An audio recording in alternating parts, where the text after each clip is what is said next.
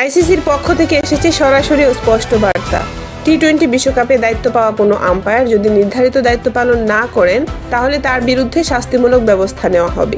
এই ঘোষণার পরই আলোচনায় এসেছে বাংলাদেশের 2 আম্পায়ারের বিষয়টি। আইসিসি আনুষ্ঠানিকভাবে জানিয়েছে বিশ্বকাপের মতো বৈশ্বিক টুর্নামেন্টে মনোনীত ম্যাচ অফিসিয়ালদের দায়িত্ব পালন করা বাধ্যতামূলক। আইসিসির ভাষ্য অনুযায়ী যদি কোনো আম্পায়ার বৈধ ও অনুমোদিত কারণ ছাড়া বিশ্বকাপে দায়িত্ব পালনে অস্বীকৃতি জানান তাহলে সেটিকে ধরা হবে কোড অফ কন্ডাক্ট লঙ্ঘন হিসেবে।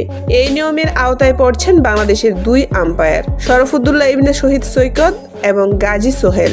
আইসিসি স্পষ্ট করে বলেছে, বিশেষ করে এলিট প্যানেলের সদস্যদের ক্ষেত্রে কোনো ছাড় নেই। দায়িত্ব এড়িয়ে গেলে ভবিষ্যতের আন্তর্জাতিক ম্যাচে নিয়োগ এমনকি এলিট প্যানেলের সদস্যপদও ঝুঁকির মুখে পড়তে পারে। তবে আইসিসি এটাও জানিয়েছে, চোট, পারিবারিক জরুরি অবস্থা বা বোর্ড ও আইসিসির পূর্বানুমোদন থাকলে এক্ষেত্রে নিষেধাজ্ঞা প্রযোজ্য হবে না। এই মুহূর্তে সবচেয়ে গুরুত্বপূর্ণ বিষয় হলো আইসিসি এমন কোনো বার্তা দেয়নি যে বাংলাদেশের 2 আম্পায়ার বিশ্বকাপে দায়িত্ব পালন করবেন না, বরং তারা নির্ধারিত তালিকাতেই রয়েছেন।